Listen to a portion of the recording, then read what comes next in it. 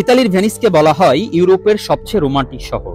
পানির উপর ভেসে থাকা দৃষ্টিনন্দন প্রাসাদ, তার গা ঘেঁষে এঁকে বেঁকে বয়ে চলা স্বচ্ছ পানির লেকের জন্য পৃথিবী জুড়ে বিখ্যাত এই শহর। পৃথিবীর ভাসমান শহরের তালিকায় সবসময় শীর্ষে থাকে অপরূপ সৌন্দর্যের এই শহরটি।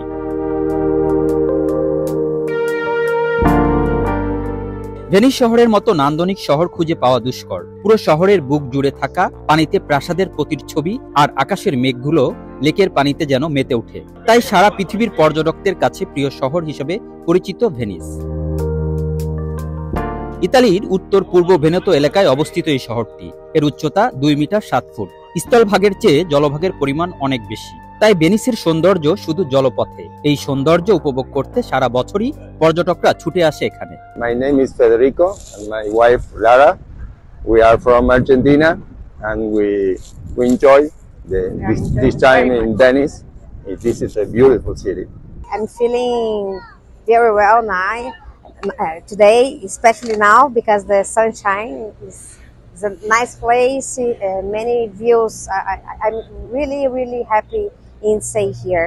ভাসমান এই শহরটিতে চলাচলের জন্য কোনো প্রকার যানবাহনের ব্যবস্থা নেই। পায়ে হেঁটে ওয়াটার বোট, স্পিড বোট, ডিঙ্গি নৌকা ব্যবহার করে পুরো শহর ঘুরতে হয়।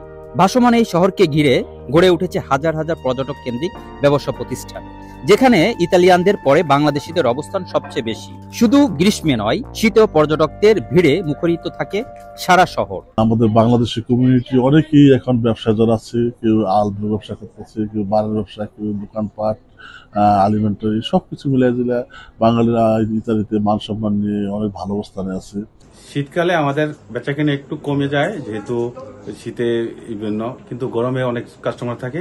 তারপরও আমাদের ইতালি ভেনিসে সর্বদাই সবসময় শীত, গ্রীষ্ম, বর্ষা সবসময় কাস্টমার থাকে এবং আমরা ভালোই আছি, বেচাকেনা ভালোই হচ্ছে। প্রকৃতি ধ্বংস না করেও যে একটি বড় নগর বা সভ্যতা গড়ে তোলা যায়, তার জলজান্ত উদাহরণ ইতালির ভেনিস। দেশটির অর্থনীতিতে এই শহরের ভূমিকা অপরিসীম। পাশাপাশি প্রবাসী বাংলাদেশিরা প্রতি বছর এখান থেকে মোটা অঙ্কের রেভিডেন্স বাংলাদেশে প্রেরণ করে থাকেন। ইতালির ভেনিস পৃথিবীর মধ্যে এমন একটি পর্যটন কেন্দ্র যেখানে শীত এবং গ্রীষ্মেই দুটি ঋতুতেই এখানে পর্যটকদের ভিড়ে মুখরিত থাকে, যার ফলে ইতালিয়ানদের পাশাপাশি প্রবাসী বাংলাদেশি যে ব্যবসায়ীরা রয়েছেন তারা আশানুরূপ ব্যবসা করতে পারেন।